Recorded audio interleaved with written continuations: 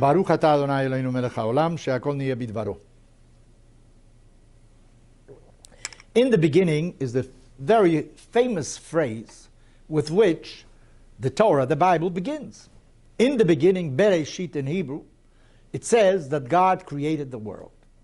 So one of our very famous commentators says, why does the Bible begin with the creation of the world?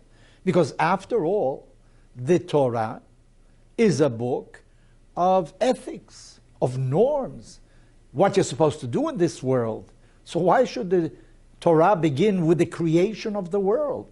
It's not a history book. It's a book of ethics, I say, of behavior, what you're supposed to do in this world. So he famously answers and he says, since God created the world, he owns it. So he can give a piece to whomever he wants. At one time he gave to 7 peoples the piece that is called the land of Canaan. One of the peoples there was the Canaanite people.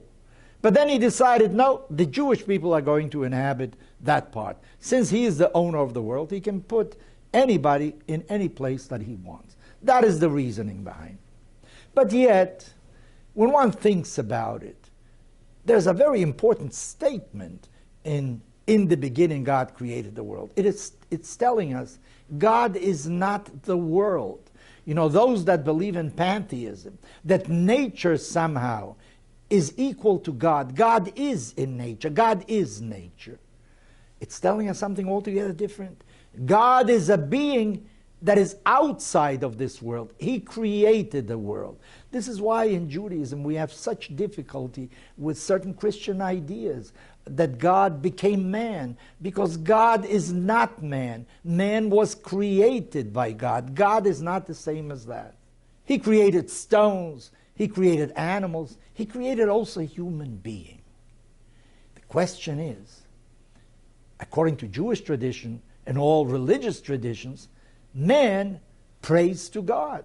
How can you communicate with somebody that is outside of the universe? Maybe the answer is that according to the Bible, when God created man, he created him in a different manner.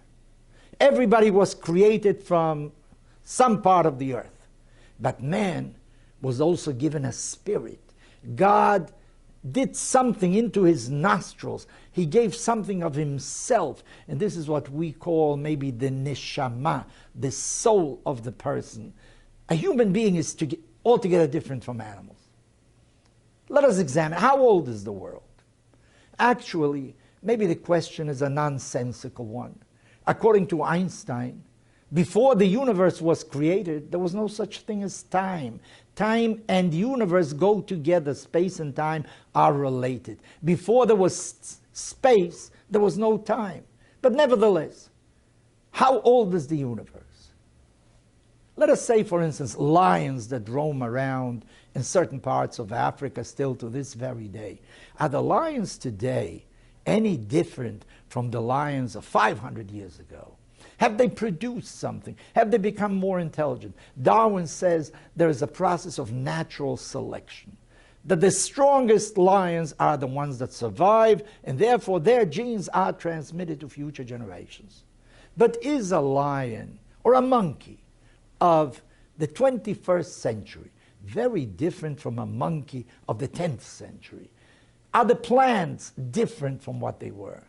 But when you think of a human being, it is altogether different. When you think of society that human beings have created, it is altogether different. Human beings are not perfect.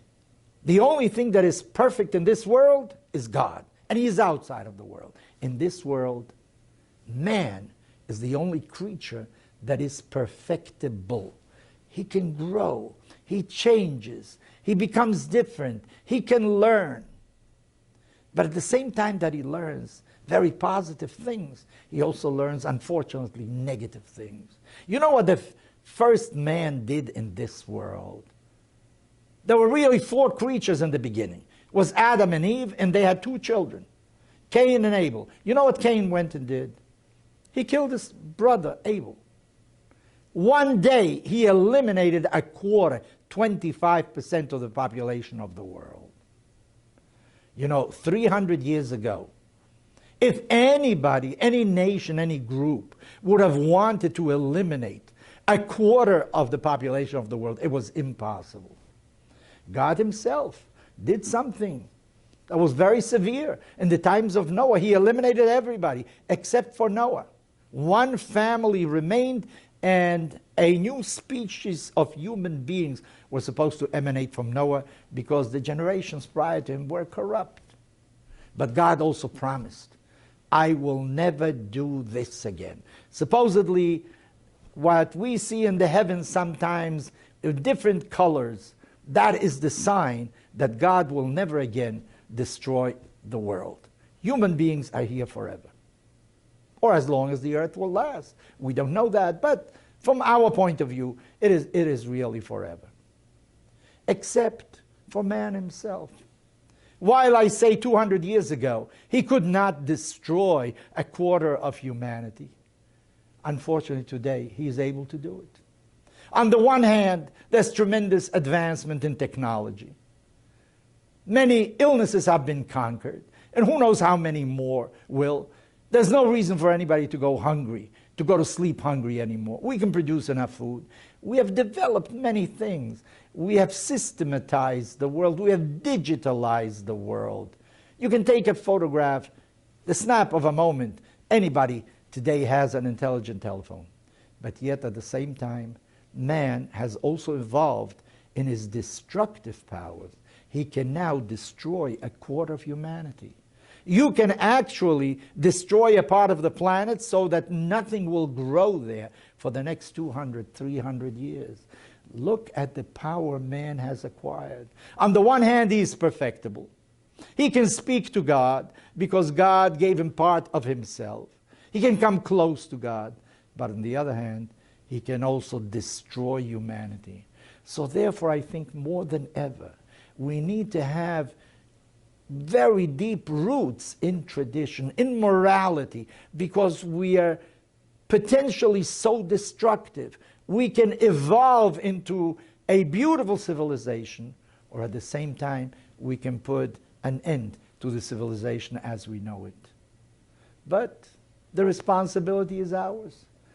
It is up to us what we are going to do. What are we going to do with these powers that God gave us? This intelligence, this creativity that man has, this ability to evolve. Are we going to evolve to become more spiritual beings, more cultured beings, or are we going to evolve into those who destroy the world? The answer is in our hands.